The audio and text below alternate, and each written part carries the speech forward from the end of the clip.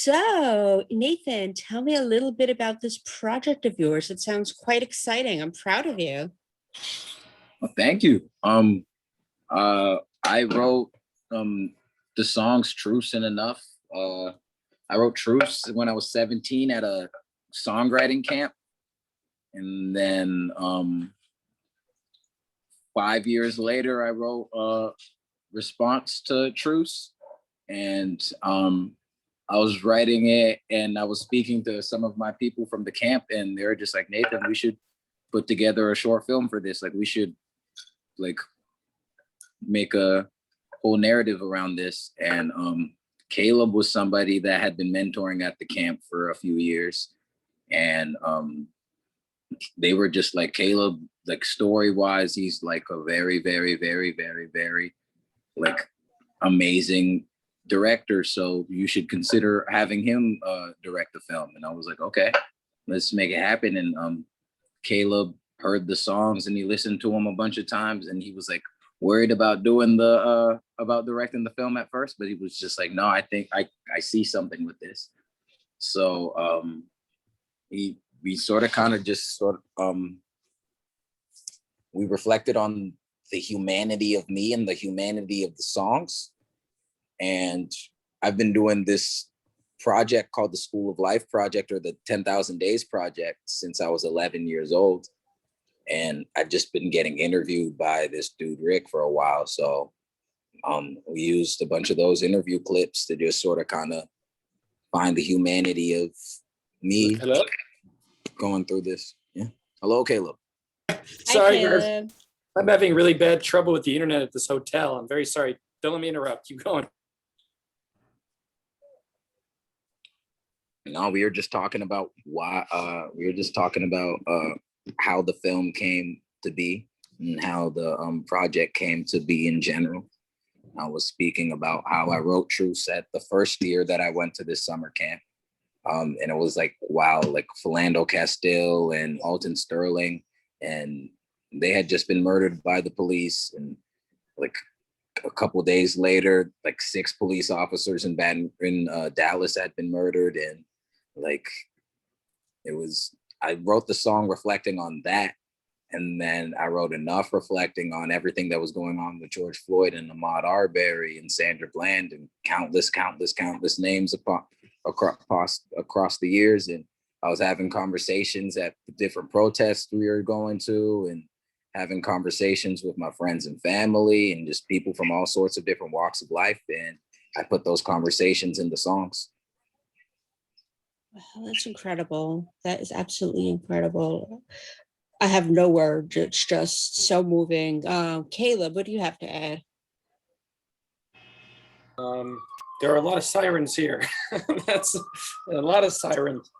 Are you saying, what do I have to add in terms of how the film came to be? Just the formation? Yes. I think that there are a few ways to, sorry, this is a very fun intersection. I hope it's not too loud. It's fine, you're good. Okay. So there are, I think, a few ways to consider like how a film came to be. I mean, you could say the film came to be over the course of, like 21 years of Nate's life, or the film came to be over the course of untold decades of racial inequity and, inequality from, in a lot of, from class to all sorts of issues in this country and a lot of other countries too. Or you could say it came to be because, from a camp, and that it can be hard, I think, to make a film very sensitive subject matter and with anyone, but having sort of formed relationships of trust with each other, mentoring at this camp over the years and being in really difficult positions, making films with kids and where you have to work really hard. And the camp kind of built a culture of vulnerability that I think has impacted our lives in a really positive way. I know it's impacted Nate's life. I know it's impacted my life. So that kind of culture of vulnerability and openness, I think, gave us all permission and safety and security in taking on a project like this in a way that wasn't didactic and wasn't easy, but was willing to, go places that made us uncomfortable, that made basically anyone watching, no matter which walk of life you come from, you're going to be uncomfortable probably at some point. And honest. I think that, ultimately it's like,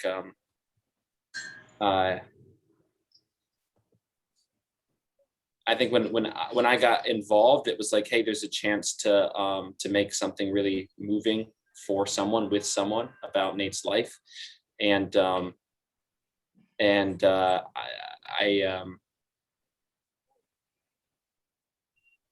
trying to find words for the emotion that I'm feeling around this. Sorry, Sammy. It's I'm trying to okay. find the right words. I can tell sometimes there's times when there's no words. So if you have no words, it's quite all right. I understand. It's a very difficult, moving topic, so I completely understand.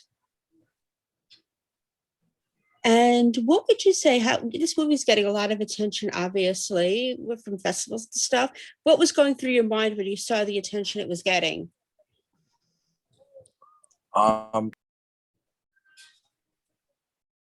Nate, are you there? Can they just drop off? I think so. Well, you can Okay. enter. He'll join back in a second. The reaction, I think at a certain point, I don't know if anything surprised me or didn't surprise me. It always just felt like we were making it because it had to be made.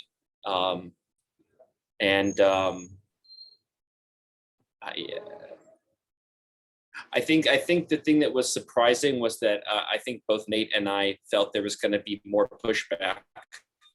There were going to be more people offended or upset about some things, or not taking this line or taking that line, or they're specifically not really you expect a film like this to be saying something, and we very intentionally wanted to ask questions instead of trying to prescribe answers to people. Ask questions we felt weren't really being asked. Some that maybe can't be answered. And especially at the time that we made it, we thought that might rub people the wrong way. And we've actually gotten very little pushback, or some areas where we thought we'd hear more people, griping. We really haven't.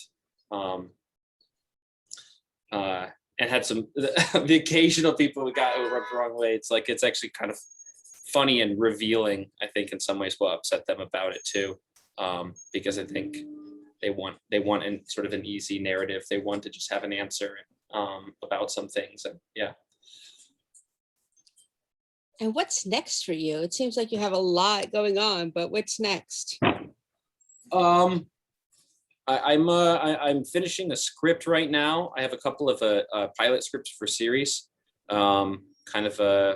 they're sort of bigger projects. So right now I decided to work on writing something that was a smaller story, and that really focuses on an intersection of class and class struggle in the United States, which I don't think is explored very much, and in a sort of near American future. It's about these two kids who are robbing houses to pay for a church missions trip. And they pick houses where the people inside are in virtual reality headsets. And then one day, the wealthy friend of this very poor kid, troubled kid, ends up getting killed during one of these things, and throwing this foster kid's life into potentially becoming a life behind bars before ever really experiencing life. And there's a lot more I could say about it, but basically it's I'm just, especially after doing this project, I felt like that it just brought up some things for me. Seeing Nate explore his childhood and his life and be confronted with things about it made me kind of look back at my childhood and my life growing up as a super poor kid in a pretty rough area, what parts I just kind of put behind and moved on with, and what maybe I needed to go back and explore about that. Very nice. And one thing I like asking people I interview is, tell me a fun fact about yourself. I have 8 brothers and sisters, and I used to be a sponsored Halo player. And since we also do TV, what are you watching on TV these days? I'm not watching much, Sammy. I'm be honest. You know what I'm watching? You know what I'm watching? It's not running right now. I wish it were. I'm always watching Succession. I think Succession's the best show, one of the best shows running right now. But it's not on. So what was Ellen, what were we watching? How I May Destroy You? I May Destroy You. You're watching I May Destroy You on HBO. That's very good. That's very good. Yeah. I wish you could just give like quick, faster answers, Sam. I got to work on that. I was No thinking through it. problem. And we seem to have lost our Nate. Yeah, I don't know what's Sad going on. face. Well, gonna- we'll have to do another interview some other time, but I want to say thank you so much for being a part of this. I appreciate you, and I will talk to you soon. Yeah, you bet. Did you get enough answers from him earlier? I did. Thank you so much. Okay, cool. Thank you. Thank you. Bye-bye.